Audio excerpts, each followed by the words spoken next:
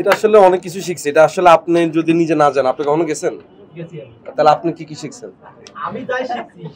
আমিও ওই যে আপনার মতো করে একই জিনিসই শিখছি আসলে। মানে এটা আসলে আলাদা করে বোঝানো যাবে না আপনাকে।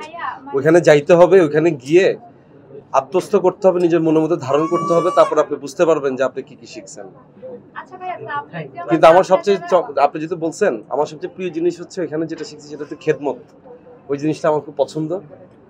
তো ওই তাবলিগ জামাতে একটা ওই যে জিনিসটা আছে আর কি, যে খেদমত করা, তো ওই জিনিসটা আমার ভালো লাগছে অনেক, এবং এটা আমার ছোটবেলা থেকেই এটা ভালো লাগে, এখনো করতে পারলে ভালো লাগে।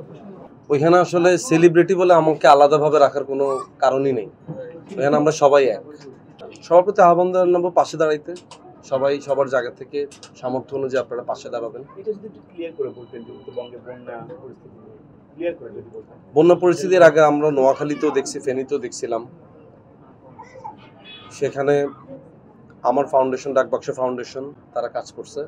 এখন উত্তরবঙ্গতে আবার একটা সংকট তৈরি হয়েছে, সেখানে আমার ফাউন্ডেশন কাজ করবে।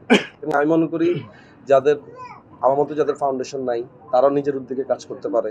যে যার উদ্যোগে যে সামর্থ্য মতো যেভাবে পারে তারা আগে আসতে হবে। সাধারণ মানুষ কি আপনার ফাউন্ডেশনে কাজ করার সুযোগ পাবে? আমরা যদি চাই আপনার সঙ্গে আপনার ফাউন্ডেশনে কাজ করে তো, মানে নোয়াখালীতে যখন গেছিল, নোয়াখালীতে আমার ঢাকা থেকে একটা টিম গেছে, বাকিটা নোয়াখালীর টিম কাজ করছে। কুমিল্লাতে যখন ছিল আমার ঢাকার টিম গেছিল, কুমিল্লার টিম তখন আমাদের সাথে কাজ করছে।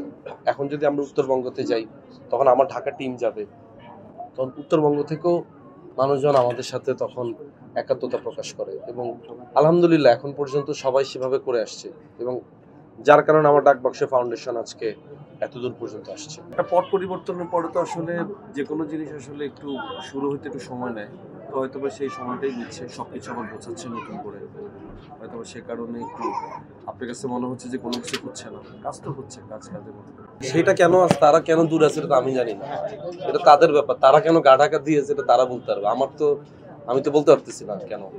সময় সুযোগ হইলে তখন যাই, সময় সুযোগ যখন মিলে, কারণ এটা তো একটা প্রসেসের মধ্যে দিয়ে হয়তো, তো সময় সুযোগ মিলে তখন সুযোগ থাকলে তো বললাম তো, সময় সুযোগ মিললে তখন যাবো ইনশাল্লাহ। খিচুড়ি আর ডিম ভাজি খুব ভালো পছন্দের খাবার আমার আম্মার হাতের। খিচুড়ি, ডিম ভাজি, সাথে যদি একটু শুটকির ভর্তা থাকে। এটা নিয়ে কোনো গল্প আছে কি ছোটবেলা? না, এটা তো ধরেন থাকে না যে আম্মা যখন রান্না বান্না করে আর কি, তখন আম্মারও বলি আর কি যে আম্মা খিচুড়িটা, আমার খিচুড়ি আমার কাছে সবসময় ভালো লাগে আর কি। তো এই তো মানে ফ্যামিলির প্রত্যেকটা মুহূর্তই তো আসলে মনে রাখার মতো।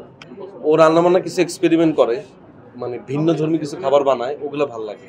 না, হয় নাই, মানে আলহামদুলিল্লাহ সেটা হয় নাই। দেখলাম যে ও খুব সুন্দরভাবেই রান্না করছে এবং আমি খুব আরাম করেই খাইছি।